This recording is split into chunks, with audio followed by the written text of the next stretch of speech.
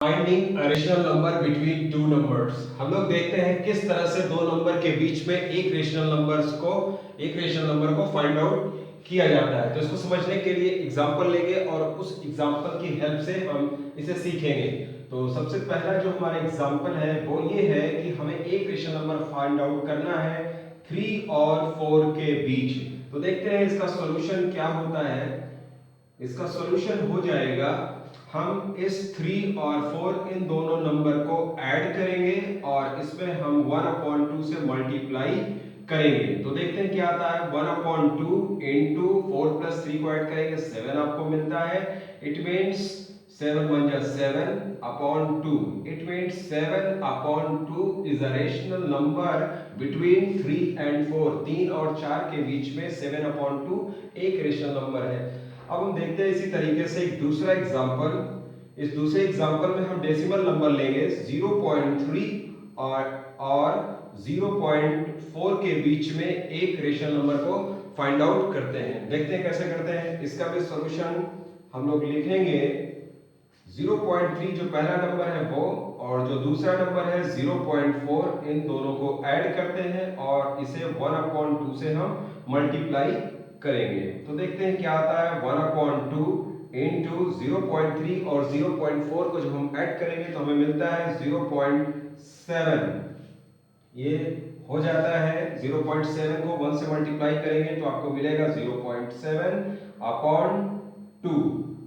इस तरीके से ये आपको मिलता है। इसके बाद हम देखते हैं कि ये डेसिमल नंबर है और ये होल नंबर है। तो हम इसमें 10 से अगर मल्टीप्लाई कर देते हैं दोनों में 10 से, तो ये पॉइंट इसका हट जाता है, यानी कि क्या हो जाता है, ये 7 हो जाएगा 7/20। तो इस तरह से हम लोगों ने देखा कि 0.3 और 0.4 के बीच का एक रेशनल नंबर 7/20 है, जो कि बड़ी आसानी से फाइंड आउट किया जा सकता है।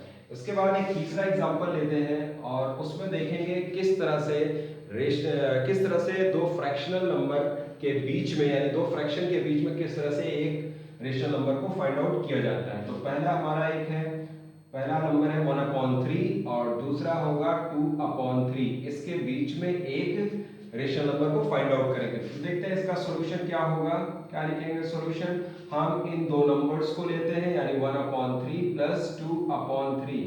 हम इन दोनों को ऐड करेंगे और इसे 1/2 से मल्टीप्लाई करेंगे। तो देखेंगे क्या आता है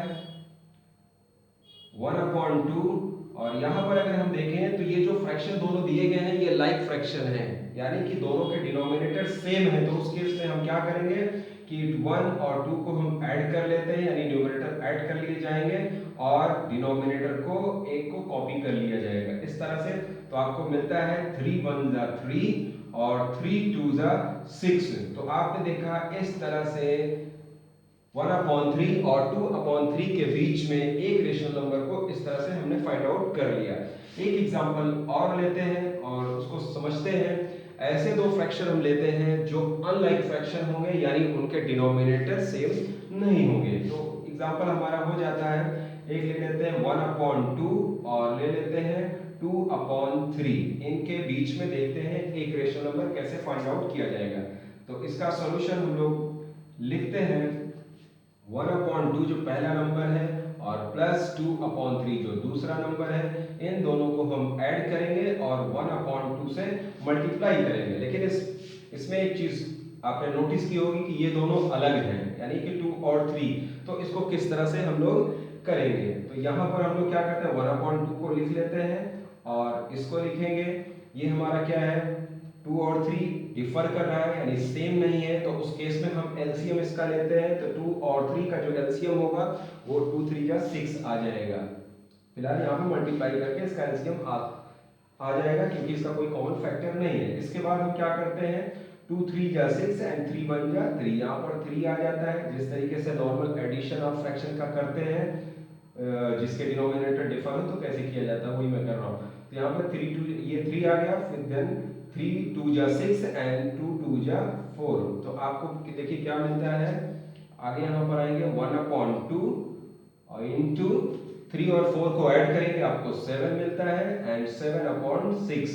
इसके बाद क्या हो जाएगा, ये 7 और 1 को मल्टीप्लाई करेंगे, 7 1 जा 7 मिलता है, और 6 और 2 को मल्टीप्लाई करेंगे, 6 2 जा 12 आपको मिलता है। तो इस तरह से देखा हम लोगों ने 1/2 और 2/3 के बीच का एक रेशनल नंबर हम बड़ी आसानी से फाइंड आउट कर सकते हैं। तो इस तरह से हम लोगों ने देखा कि दिए हुए दो नंबरों के बीच में एक रेशनल नंबर को किस तरह से